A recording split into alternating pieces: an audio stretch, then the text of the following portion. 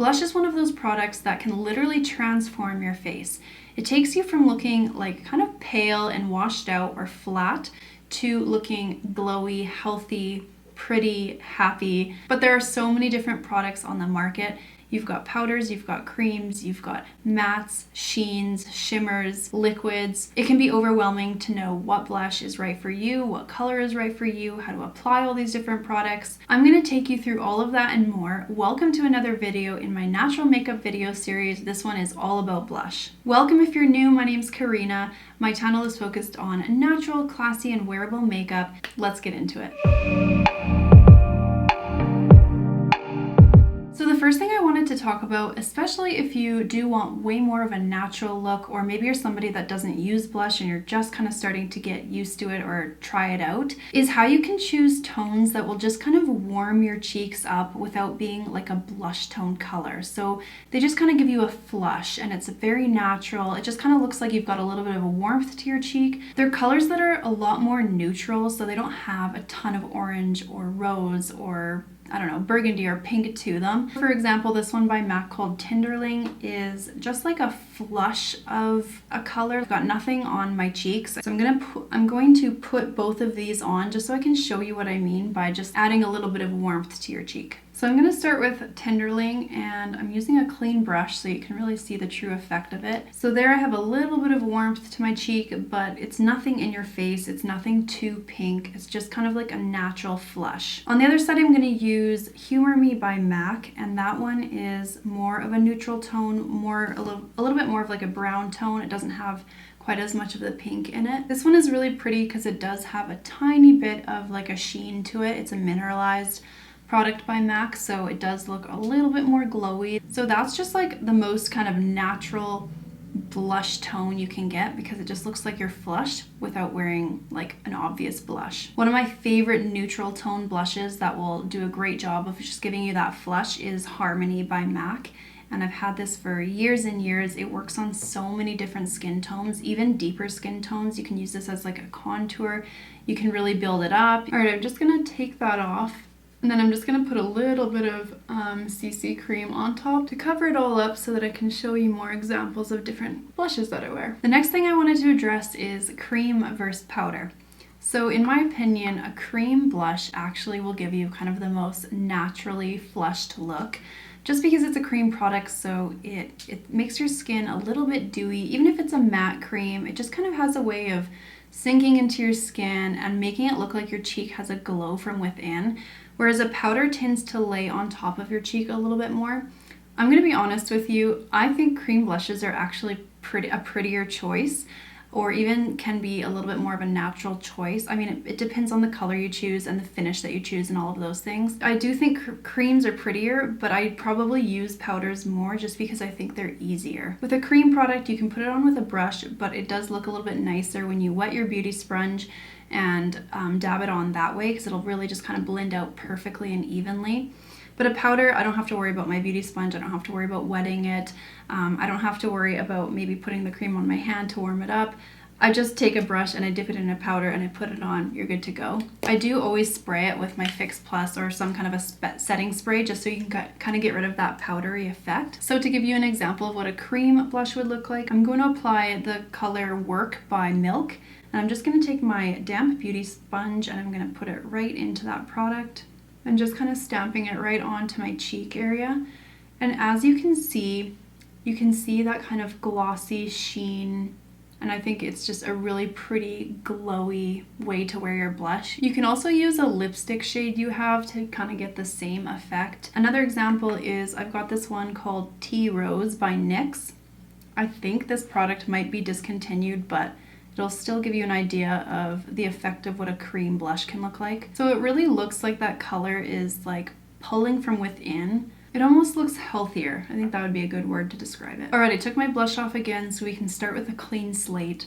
The next thing I kind of wanted to touch on is choosing a blush that is very highly pigmented versus one that is not that pigmented. Generally speaking about makeup, people tend to think that more pigment is better, but that's not always the case. And I think blush is the perfect example of one product that I actually prefer to be a little bit less pigmented, especially if you're going for a supernatural look and especially if you're just kind of starting out in makeup. It'll be easier to blend in and less likely for you to have like spots of dark color that you can't blend out and you've created a big mess on your face basically. You can have products within the same brand that can be highly pigmented and less pigmented. For example, I've got these 3 colors by MAC. One is Fever, one is Full Fuchsia, and then I've got the other one that I showed you, Tinderling. Tinderling is not a highly pigmented product, so you'll really have to build this color up on your cheek. Whereas if you went in with Fever, then you want to be really careful on how you apply that, and you want to be careful in the choice of brush that you use. So I think when you're starting out and if you do want more of a natural look, choose a product that isn't quite as pigmented. If I was picking up a blush like Blush Baby that didn't have quite as much color payoff, I would choose a denser brush because it's going to pick up a little bit more color, and then I'll really just kind of pick it up with that.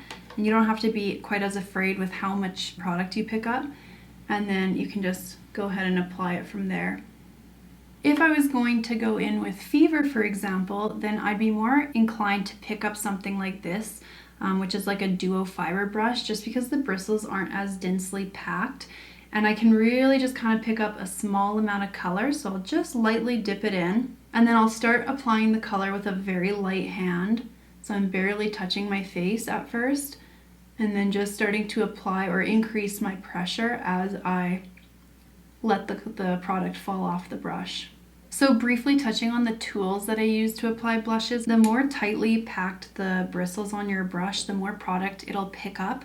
So use a classic kind of blush brush like this one. This is the Morphe E4 to go in to a blush that has a little bit less pigment in it. And I do kind of like the angle cut on that because it does just really fit onto the cheek area really nicely. Use a brush that has less densely packed bristles on it if you are going to go in with a more highly pigmented blush. This one's by MAC, it's the 100. And then a beauty sponge is going to be the best option for any creams or liquids because it's going to really blend the product into your skin seamlessly, and it'll kind of let the product sink into your skin. You can of course use your fingers, but I still think the beauty blender does a little bit better of a job of blending the edges out on creams or liquids. Okay, so speaking about blush colors, there's obviously so many colors out there, so it can be hard to know what's gonna look best on you. But I think that when it comes down to it, you really just have to try on the color and see if it works for your skin tone. If you're more of like a light medium skin tone like I am, then I think the most natural blush colors are gonna be things like dusty roses and kind of like light medium pinks. For example, Blush Baby or Spellbound by Makeup Geek. Blush Baby is by MAC, Spellbound's by Makeup Geek. But see, they're just kind of like a light pink, dusty rose. I also love colors that are a little bit less pink, maybe a little bit more like dusty orange kind of thing. Like this is by Cover FX, it's called Warm Honey. All of these in a small quantity basically are gonna look nice and natural on your skin. I also like what I was talking about in the beginning of the video, just kind of the neutral, more sort of bronzy or neutral brownie colors. Anything like that is going to look really natural. If I'm a little bit more tanned or you have a little bit more darker skin, then deeper colors are going to look beautiful on you, like Fever by MAC, Rendezvous by Makeup Geek. It's just like more of a deeper pink. I tend to wear a lot more oranges and peaches in the summertime when I'm more tanned, so I think colors like this look super, super cute when you have tan skin or you already just are more of like a medium darker skin tone. And I think that the finish of the blush has a lot to do with how natural it can look. I think that either a matte blush or a cream blush that doesn't have like a shimmer to it are going to be your most natural options. We're going to just talk quickly about blush placement. Blush placement is something that's been like a trending topic lately because people are starting to show you how to apply your blush a little bit higher up, sort of more like in your contour area and your temple area. And that's a beautiful look, and it'll give you kind of more of like a snatched upward lifting look. But that doesn't mean that the old way of applying blush is wrong. So you can apply blush however you want, and I think that putting blush on the apple of your cheek and bringing it back is super, super cute, and that's how I apply my blush. And I'm going to show you the difference on camera just so you can see what I'm talking about. I'll just use Blush Baby by MAC. So I think that you can never go wrong by just smiling, seeing where the apples of your cheek are, and just starting right on the apples and kind of working your way back. Just keep in mind that you don't want to drop that blush past that kind of apple of your cheek area. So you don't want to bring it any lower than that, that's for sure. And you also don't want to make it come in too close to like the smile lines. So starting on your apple and working your way back, I'll do one example on one side of that method. You can just leave it right on the apples of your cheek, just like that. Or you can also start on the apples of your cheek and work your way back. This is kind of what I do.